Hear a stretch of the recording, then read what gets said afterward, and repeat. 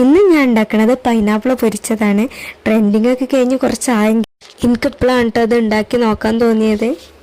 എനിക്ക് ഭയങ്കര ഇഷ്ടപ്പെട്ടൊരു ഫ്രൂട്ടാണ് കേട്ടോ പൈനാപ്പിൾ. അത് ഉപ്പിലിട്ടതും എനിക്ക് ഭയങ്കര ഇഷ്ടമാണ്.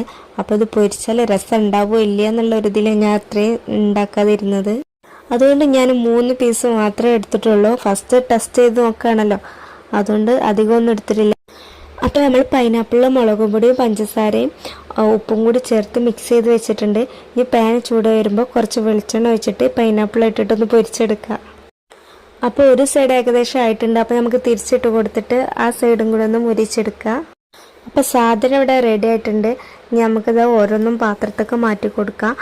സത്യം പറഞ്ഞാൽ എനിക്ക് തീരെ ഇഷ്ടമില്ല. ഒരു ടേസ്റ്റ് പോലെ തോന്നിയിട്ട് അത് പൊരിച്ചപ്പോൾ.